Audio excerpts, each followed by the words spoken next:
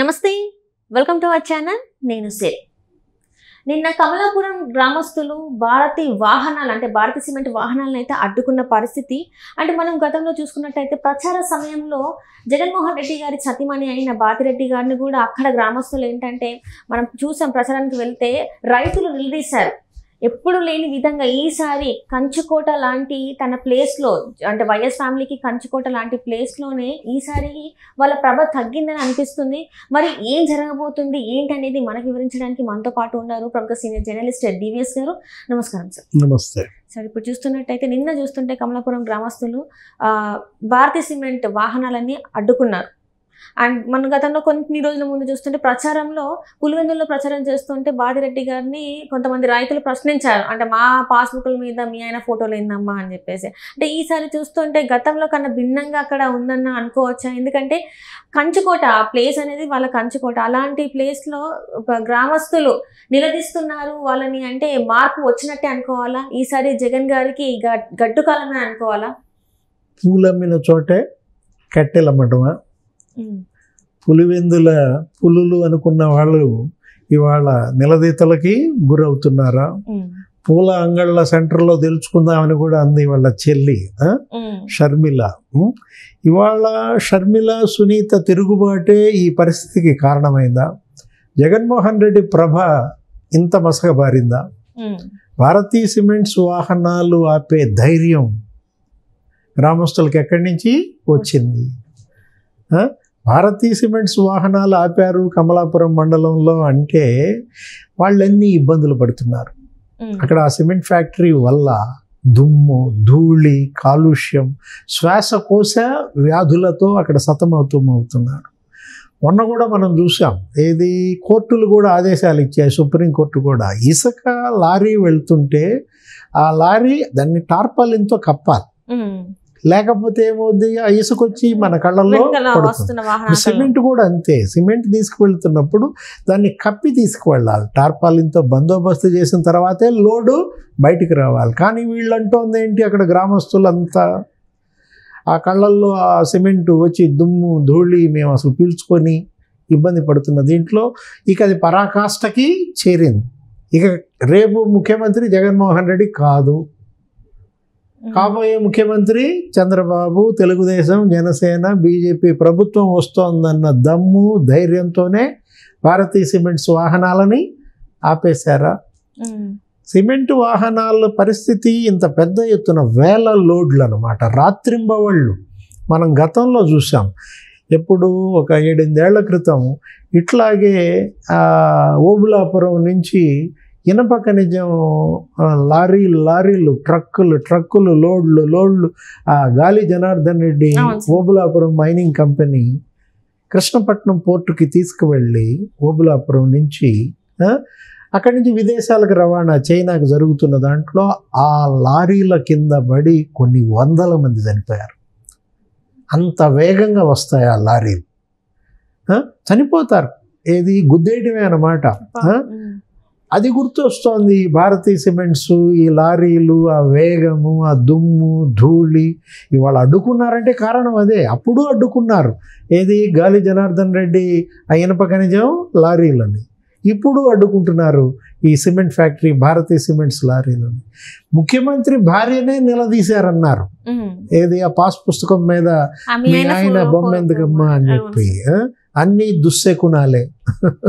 ఏది ఇప్పుడు ఏ విధంగా జగన్మోహన్ రెడ్డి పరిపాలనలో కన్ను మిన్ను గానకుండా అహంభావంతో పొగరుగా వ్యవహరించారో, సామాన్య ప్రజలకి దూరం అయ్యారో, కనెక్టివిటీ పోయింది, హ్యూమన్ టచ్ కోల్పోయారు, మానవ సంబంధాలు కోల్పోయినటువంటి ముఖ్యమంత్రి ఇవాళ ఒంటరిగా మారాడు. ఏ పార్టీ అతనితో పొత్తు పెట్టుకోవడానికి సిద్ధంగా లేదు. కాబట్టే కదా ఆయన ఒంటరిగా పోటీ చేయాల్సి వచ్చింది. అన్ని పార్టీలు పోటీ పడ్డాయి ఎవరితో? తెలుగుదేశంతో, చంద్రబాబుతో పొత్తు పెట్టుకోవటానికి.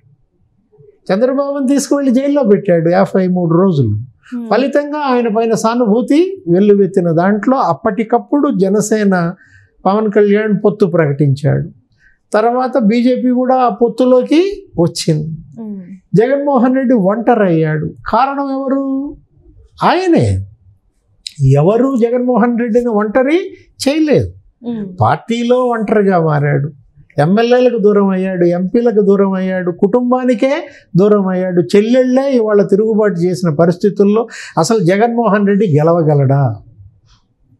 పులివెందుల్లో జగన్మోహన్ రెడ్డి గెలుపు కష్టమైందంటున్నారు. గత ఎన్నికల్లో ఎంత మెజార్టీ వచ్చింది? 90,000 మెజార్టీ వచ్చినటువంటి జగన్మోహన్ రెడ్డి అంతకుముందు కడప ఎంపీగా పోటీ చేసినా కూడా 4-5 లక్షల మెజార్టీతో గెలిచాడు. అదో పెద్ద రికార్డ్ అనమాట. అలాంటి జగన్మోహన్ రెడ్డి ఇవాళ ఎదురెత్తున్నాడు. ఎవరు?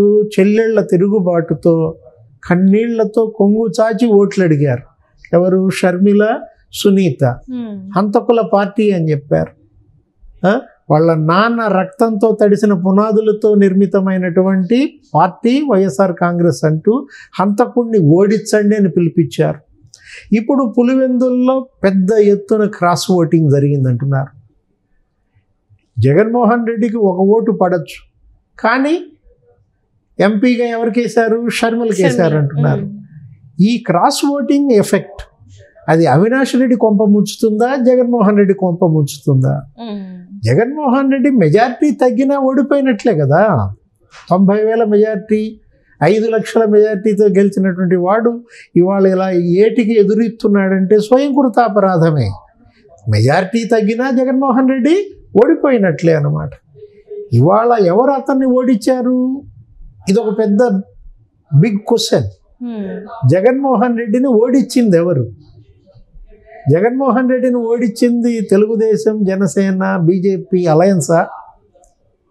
జగన్మోహన్ రెడ్డిని ఓడించింది సొంత చెల్లెళ్ళ, తల్లే చెప్పింది కదా ఏమని? జగన్మోహన్ రెడ్డి పార్టీకి ఓటేయద్దు, జగన్మోహన్ రెడ్డి అభ్యర్థిని ఓడించండి అని ఇండైరెక్ట్గా చెబుతూ కూతుర్ని గెలిపించమంది, షర్మిలను గెలిపించమంది. అంటే తల్లి ఎదురు తిరిగింది, చెల్లెళ్ళు ఎదురు తిరిగారు.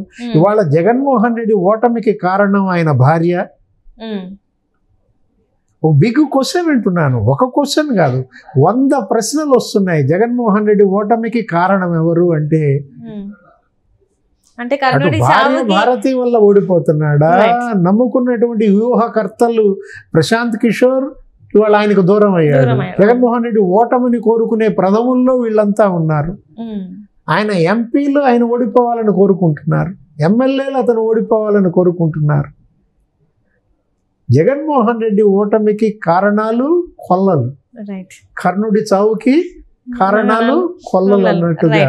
అదే అనుకుంటున్నాను. అంటే ఏంటంటే ఇక్కడ వాళ్ళ స్వయంకృత అపరాధం అనుకోవచ్చు. అంటే ప్రతిసారి మేమే వస్తున్నాం కదా, ఈసారి కూడా ఏం చేసినా జనాలు మా వైపే ఉంటారు అన్న ఒక ధీమానా, లేకపోతే ఇది ఏమో మాకు అవసరం లేదు అనుకున్నారు? అసలు నాకు ఏం అర్థం కావట్లేదు సార్. ఇప్పుడుకి అదే ధీమా కదా, 151+ అన్నాడు. ఏది? ఒక సీట్ ఇంకా ఎక్కువే కొడతానన్నాడు. 22+ అన్నాడు. 22 ఎంపీల కన్నా ఒక సీట్ ఎక్కువే కొట్టాడు.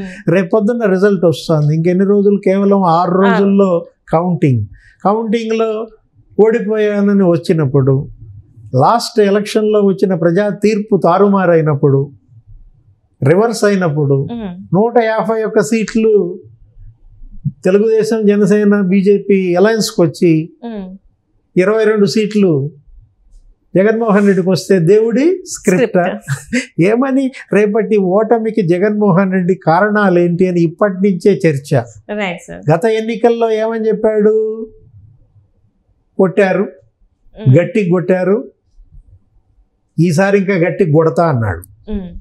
నిజంగానే కొట్టాడు. ఏది? 2014లో తెలుగుదేశం కొట్టిన దెబ్బ కన్నా గట్టి దెబ్బే కొట్టాడు 2019లో. మరి దాన్ని మించిన దెబ్బ ఇప్పుడు తింటున్నాడా?